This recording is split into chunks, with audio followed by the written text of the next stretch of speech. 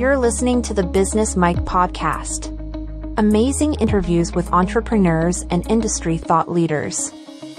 Hello and welcome to another episode of the Business Mike podcast. And joining me today is Rebekah. Rebekah, can you just let the listeners and viewers know a little bit about yourself and what you do? Thank you so much, Daudi. Indeed, like Daudi has said, my name is Rebekah. I'm a happy wife and a mother of 4. I'm also a customer experience professional that has had a chance to have worked in customer experience at different levels, in different organizations, across various industries. I have worked in the telecom industry. I've been in aviation. I've been in renewable energy. And I'm currently with financial services as a customer experience manager for the National Social Security Fund. On a more personal note, I love to write and I also love parenting. So I do keep a blog just to pen my thoughts, on Medium.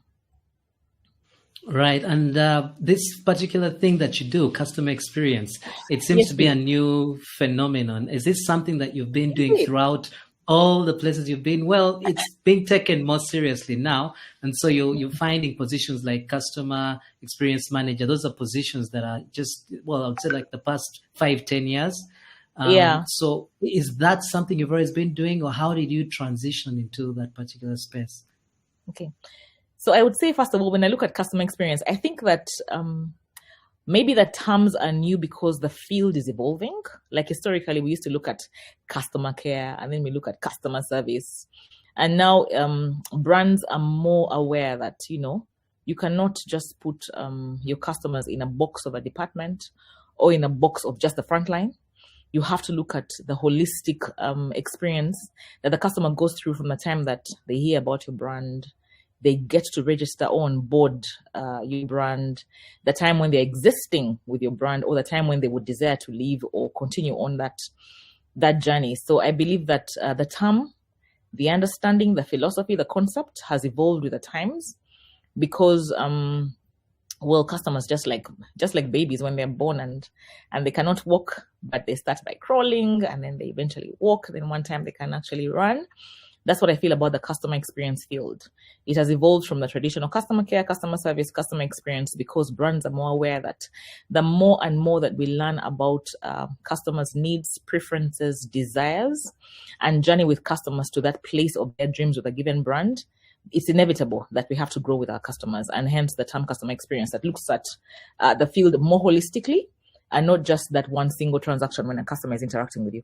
But on a personal note, I must say that I feel like I stumbled across this field. My dreams while I was at university was to work with NGOs and communities. I actually took my first choice at university was social works and social sciences. I didn't get it, so I went for the second one, which was social sciences. Why? Because I wanted to work with communities, I wanted to work with NGOs. Obviously, when you look at that field right now, there's an element of service in it. But when I hit the market, I just found myself working at the front line with the telecoms at that time, and then I felt that the more I did this, the more my natural self gravitated towards the field, and I learned along the way that I can actually look at the CX field through the lens of people, technology, systems, strategy, the tactical level, at all layers, the front line, the back end. So the more I envision the field holistically, I felt that I was gravitating towards it, and I just ended up taking up more opportunities in this space. Again, at all levels, I've been at the front line, I've been at the back end, I've been a team leader, I have been a supervisor leading different teams, I have been a manager of departments that are looking at the customer's journey, I have been at the executive level, I've had a chance to work at the executive level, again, looking at the customer's journey across different departments, different industries, and here I am today. So I find myself here because I've gravitated towards it over time, and I enjoy it. Right. And there's a simple analogy I like to use when trying to explain customer experience or its importance to people. All of us are customers of different things, whatever it is we buy or consume. And each and every one of us has that story where we're like, this was a wonderful experience. I really loved the way that company treated me, and so on and so forth. But if you're anyone who earns a salary or you're employed, you too are serving a customer. There is someone at the end of everything that you do that is looking for that experience that you yourself treasured. And so it's, upon each and every one of us try and share that experience to create that for any of our customers, because we know exactly what that feels like. And I think if people's mindsets can change to that, then everyone's customers will be happier. Very true. So I wanted to ask you next, our landscape here in Uganda in particular. You work for NSSF, which is the Social Security Fund. That's where our pensions go and things like that, for anyone who doesn't know. And so for those that are curious in terms of customer experience, at least as far as your entity is concerned, what does that look like? Because it seems like a one-way thing. When your time comes to retire, we simply give you the money, and that's that. There's no, where does the customer experience bit come in? I must say that when you look at the landscape of CX in Uganda, especially in the public sector, again, the way I look at it is that it's an evolving trend. Evolving because obviously, traditionally with the public sector, CX is not something that has been a focus. Why? Because one, I think because of bureaucracies, but also two, I think just the lack of awareness that actually CX can be seen as a discipline within an organization. That CX can actually be at the center of an organization's strategy, budget, thinking, psyche, culture. So that lack of focus in the past is what I feel that has still left some of the public sector organizations limping or not consistent when it comes to delivering experiential services to customers. But also the reason why I'm very optimistic about this field and I'm very, very optimistic about the future is that customers today are dictating the manner in which we should treat them. Whether we like it or not, whether we want to focus on it or not, whether we are public sector or private sector, guess what? The world has become a global village. In the past, when somebody would experience a brand, if they were happy, they would tell 4 people. If they were unhappy, they would tell 10 people. Guess what happens today? If customers are happy, they will tell an entire online community. And they go across the boundaries of public and private. They go across the boundaries of governments or the boundaries of countries. So customers are talking, customers are networking, customers are sharing their experiences online. Even if it's not online, they'll send a WhatsApp video, they'll share experiences on TikTok. They will name and shame a given brand. So because of that sort of trend where customers are more outspoken, where customers are liberal to share their experiences, customers have also become more demanding because they know that brand A can give me this. Why can brand B give me this? Whether it's a government entity or whether it's a private sector. So what's happening right now is that because of that, companies are becoming more aware. They're becoming more aware, and they're standing up to the challenge to say that if we don't do this today, we might as well do it tomorrow. So you'll find companies like NSSF, it's quasi-government, but we have an entire section that's dedicated to the customers. We have an entire department that's looking out for customers. We have programs like Voice of the Customer, which says, hey, what are customers saying today? Are we hearing what they're saying? And are we able to do what they're saying? Or more importantly, are we able to look at where the company is going 5 years from now, 10 years from now, and put even a target or a goal to it to make sure that what our customers are saying is actually embedded in the way that we are doing things, in the back end and creating memorable experiences. So I believe that customers are taking the lead in setting that path for different organizations. Yeah. No, I agree 100%. And particularly for your entity, where it's to do with the collection of funds towards, retirement at a certain age, a certain point in time, as far as the clients are concerned, the needs are slowly shifting because someone that's at the retirement age now, the way they communicate, the expectations, there will be a transition with what I would call the millennials or the Gen Zs now. Their expectations in terms of the delivery of service. Exactly. By the time they're retired, it'll be a whole different landscape altogether. The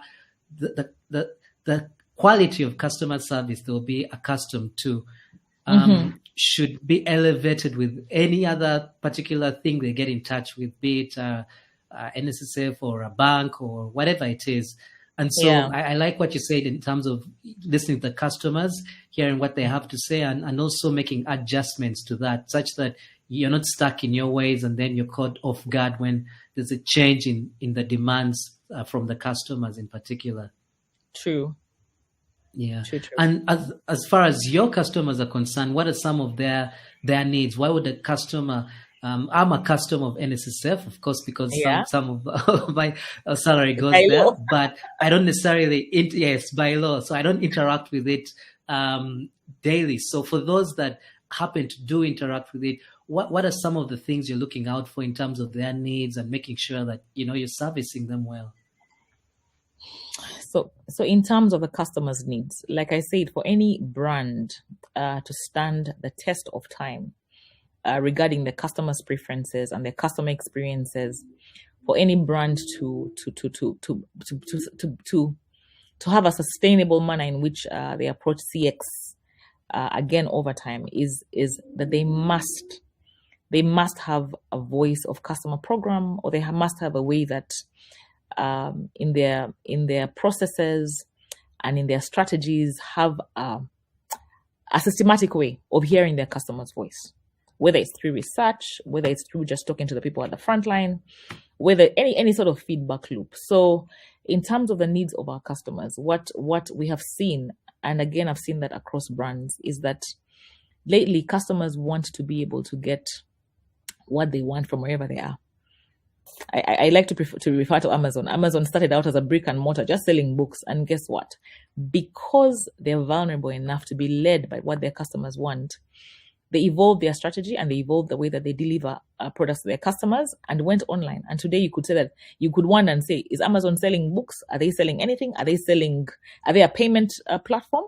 Why? Because they have a slogan that says everywhere, anywhere, let me say wherever, whenever, wherever. Let me say wherever, whatever, whenever.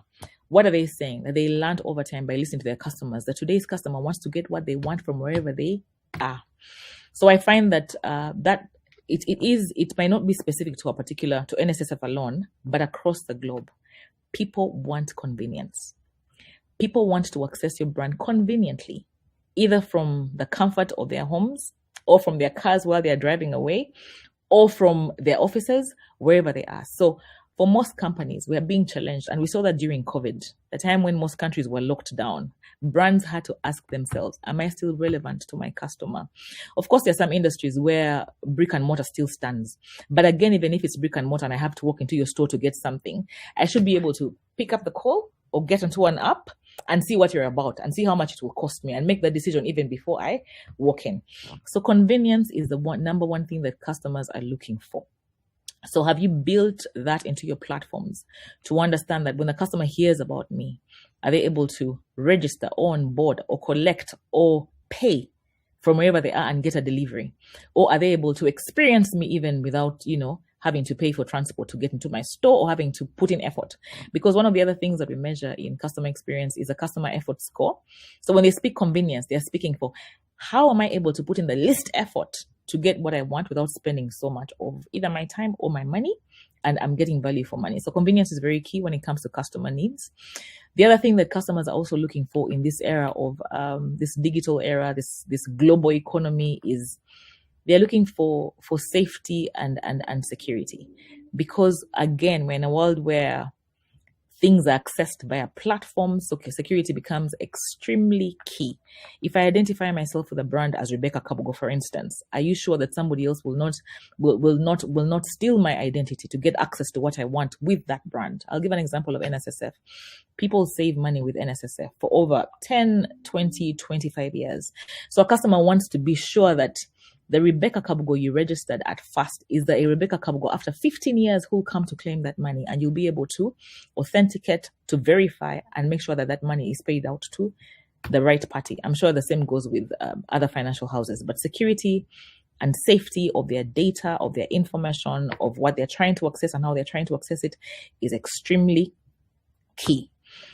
I think that in terms of, I know again the world is thinking and there's so much hype about digital automation, 4IR, etc. But in there, customers are also looking for something else. In spite of the fact that I want to get whatever I want to get from home through an app, through USSD, for instance, when you look at mobile money with Safaricom or the telecoms, MTN, customers also want to understand that the way that a brand delivers its value to me is humanized.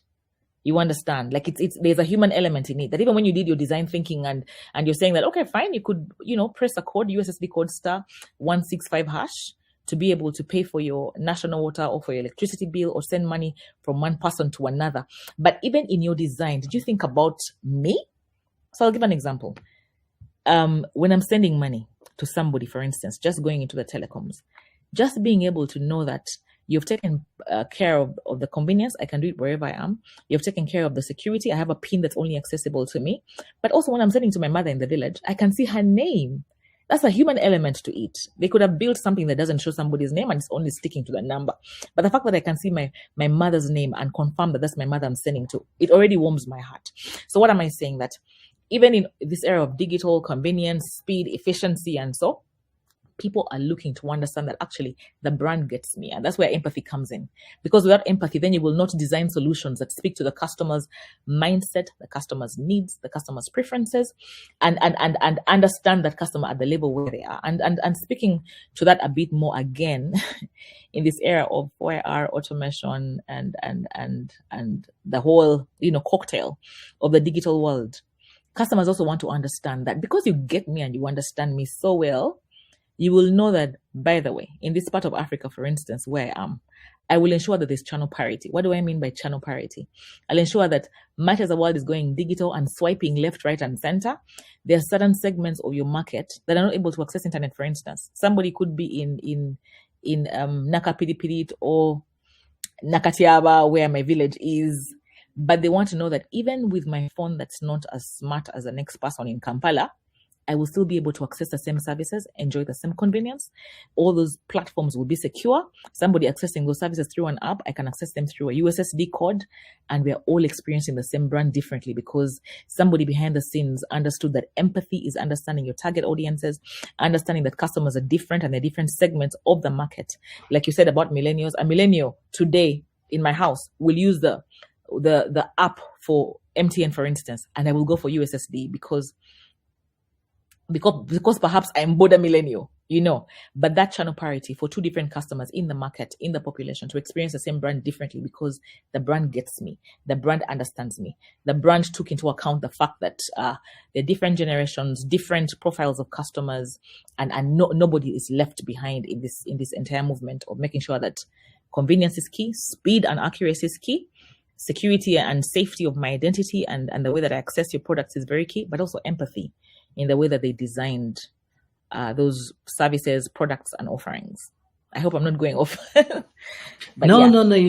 I agree with each and everything you've said. And my next question is actually to try and distill that into the organization, because everything you've said is very relevant, but sometimes there's a cultural challenge in terms of actually implementing and living these things as a brand. So for someone who's particularly in that department, how do you translate that need to someone in accounts, someone who, I don't know, is in the warehouse, who don't necessarily appreciate how their day-to-day activity necessarily impacts on the customers? So as far as the culture is concerned, even the top management themselves to back the CX efforts to build strategies around the customer and putting them first, the biggest challenge ideally is the culture shift. So how can we as organizations try and overcome this particular hurdle? Yeah.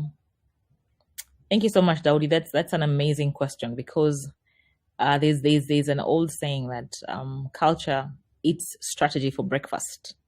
That's how transformational cultures are for different organizations. So you might have a beautiful blueprint in your PowerPoint somewhere, in a document somewhere about your strategy, and nothing happens if it's not implemented. So I agree with you. Culture is extremely important.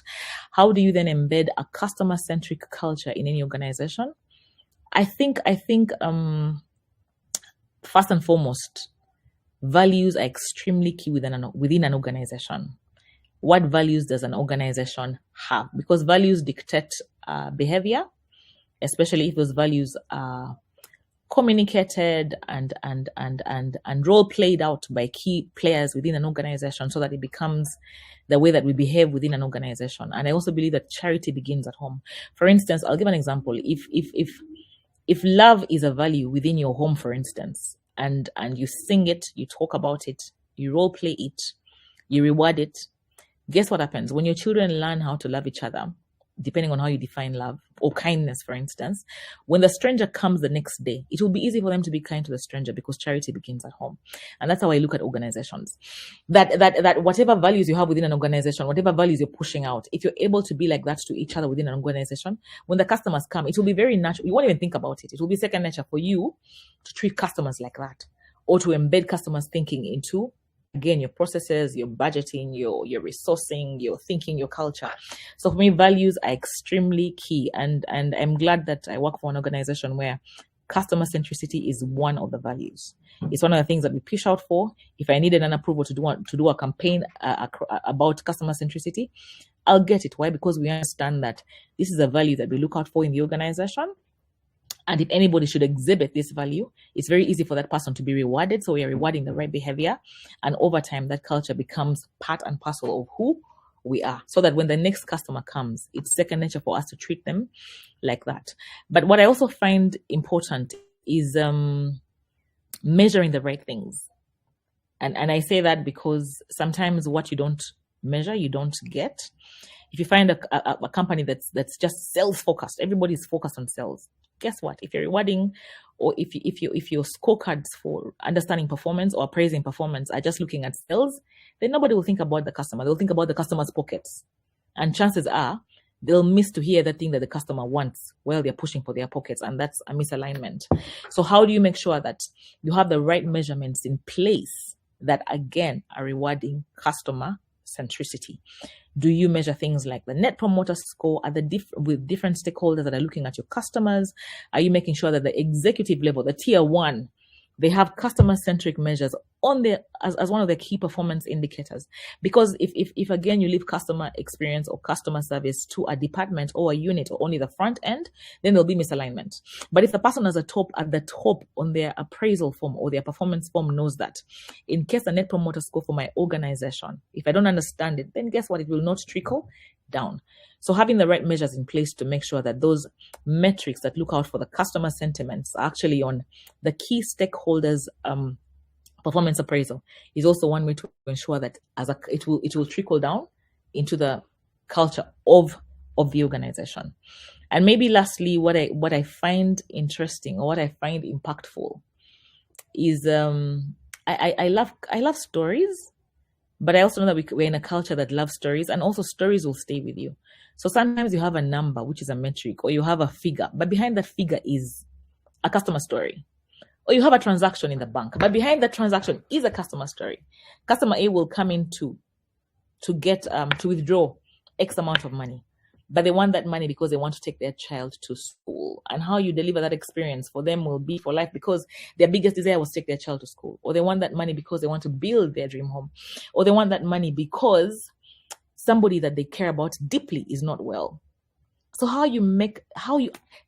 everything about that transaction, from how they approach you, how you treat them, how you respond to them, how you make sure you meet their expectations and exceed their expectations, is impacting that story. So I find that when you share customer stories in the organization, people are able to empathize quickly because they can identify with the customer's emotions, and they're able to act according to the customer. So in their next thinking of a process, of a design, of a system they want to onboard, of allocation of resources, guess what? That customer story will stick with your staff, and again, it will influence culture because stories stay with us. So just people in the organization understanding that behind every customer transaction, behind every customer onboarding, behind, when you wake up in the morning and you say, today we have 3,000 sales. They're not just sales. Those are customer stories who have dreams, who have goals, who have desires. And once you understand them and keep broadcasting them within your organization, it's very easy for your staff to empathize with those customers and influence the organization's psyche to be customer-centric and eventually influence culture. Well, I love what you said, especially about Amazon as well. And I think it's the company that I heard about whereby in the boardroom, they have a seat that's always left empty, and it represents the customer. Wow. So whenever they're discussing anything, they look at that empty seat just to remind them that it's the customer agreeing with what we're saying. And so that is the way I think that they instill it in their culture at that level. So you've done a lot in the field of customer experience and interacting with customers, making a difference. Is there any moment for you that stands out, as a moment that you're proud of, as far as delivering a service or experience is concerned to a customer? Wow. Interesting question. I must say that I have been blessed to have several achievements, but most importantly, I have been blessed to work with people that were willing to journey with me in achieving a common goal for the customer. Yeah, my success, I can't say that I've achieved those things alone. I have, and I also know that I've been at the forefront of CX, again, at different levels, different organizations. But the biggest blessing for me has been to be able to journey with a team towards certain goals in meeting customer expectations and exceeding them. So I will just mention one particular one. I think it was 2021, where for the first time I was able to lead my team to bring an award home. And what award was that? It was the International Customer Experience Award in 2021 that I was able to lead my CX team within my current organization to bring a gold and 2 silvers. But the story behind this award, and the reason why it's memorable for me, because it was the first organization in Uganda, I think even in East Africa, to bring that home. And it was a competition that I had. It was global, different organizations, different sectors, everybody just telling their story and what they've done for the customer. And for us, it was just having been through a time of COVID and having prepared enough to make sure that we stayed relevant, even when we had lockdown. Because like I said, that for me, behind every customer transaction or request, for me, it's a customer story. So in that lockdown, the people that needed to claim, why? Because if they didn't claim, somebody would lose their life. If they didn't claim, somebody would lose a property. If they didn't get their benefits, anything could have happened. So for us as an organization, we were glad that we were prepared for that moment. And we saw that we were able to stay relevant and give access to our customers from wherever they were. Remember what I said about convenience? People are looking for, can I access you from wherever I am and still be able to access you securely, safely, efficiently, and still be excited and happy, and that transaction is memorable. So stories like that and having to have our staff engaged through those difficult times are what we're able to showcase to the ICXA and coming back home and bringing that back home for the fund as a first organization in Uganda to take such an accolade home, for me stays memorable. Yeah. That's the one that I can mention for now. Well, no, that's a very, very good story. It's a very, very good achievement for you, and I'm happy for you. Hopefully there'll be more to come like that, and other organizations can follow your leads. Yes. So we discussed a lot about customer experience. Just before we go, if there's anyone listening from any organization, whatever it might be, at the C-suite, what parting advice would you give them? What words of wisdom would you give them as far as customer experience is concerned and its importance for any business? Yeah. So let me just give you a bit of background. I'm humbled to be serving at the Leadership Council for the Customer Experience Professional Association, the governing body for CX in the world, headquartered in the US. And we did that was 2 years ago. We did a research with various organizations in Africa. And there was a finding that very few organizations, like you said earlier, that the CX is evolving, and you find titles like Chief Experience Officer for different organizations. So there was a finding that only 18% of the organizations that were sampled have the voice of CX at the executive level. So if anybody out there is listening in from the C-suite, the only advice I would give them is to make sure that to give CX the loudest voice at the executive level. I know that it's a place. You'll find that most organizations look at CX first of all as maybe only the front line, and yet we're busy singing that customer is king, customer is king. We're doing everything every single day for the customer, but that voice is not reflected in our budgeting. It's not reflected in our strategies for the organization. It's not reflected in our resource allocation. And yet we are singing customer is king. So for me, I feel and I believe that if CX can get a table at the C-suite, executive sponsoring of CX from that level, so that you have efforts coming in top down and bottom up. Bottom up in terms of customer feedback, and then top down in terms of customer sponsoring, accountability, drive, and defining what it means for us to embed customer thinking, customer desires, customers' needs, customers' wants, the customer journey at that level. At the top is still something that is wanting, particularly in our continent. And I would tell you, if you did a sample today, you'd find very few organizations that have executive sponsoring of CX, or you'll find very few that have chief experience or chief customer experience officer. Luckily, where I work, we understand the customer very well. We even have a goal for the many years to come that is a CX metric. But this is something that I would love to see in more and more organizations, because I feel like it's a catalyst for making sure that the customer's mind, the customer's preferences, I'll always sing this, the customer's desires, the customer's needs are thought of across the entire organization, but with executive sponsoring. I know that in the past, most CEOs come from a place of, we had an era where it was just products, then we had an era where it was just pricing, then we had an era where it's just sales. Well, guess what? The biggest shortcut to making sure that your brand is sustainable over the years, that you're implementing strategies that are sustainable, is to have the customer at the forefront of the organization's thinking. Yeah. So executive sponsoring of CX. Yeah, I couldn't have put it better myself. Thank you so much, Rebekah, for everything you've shared with us, for the time you've given us, and for the wonderful insights you've shared with us as well. Just before you go, can you just let everyone who's watching and listening learn how they can connect with you, where they can find you, and learn more about yourself, or get in touch in case they need any assistance? Okay. If you do a search on LinkedIn, you will find me.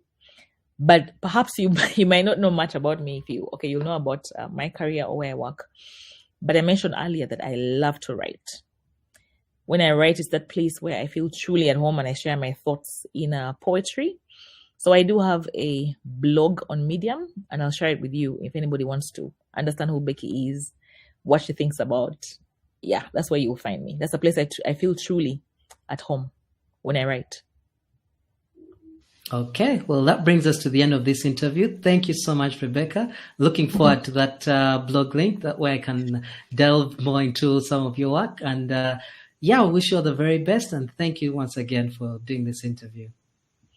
Thank you to Daudi. I'm truly, truly grateful. And I'm so glad that that forums like this are giving a voice to CX. Yeah, are giving a voice to CX, because in my view, it's the most important conversation in the boardroom. The customer is the most important aspect in the boardroom, and everything should spring from that.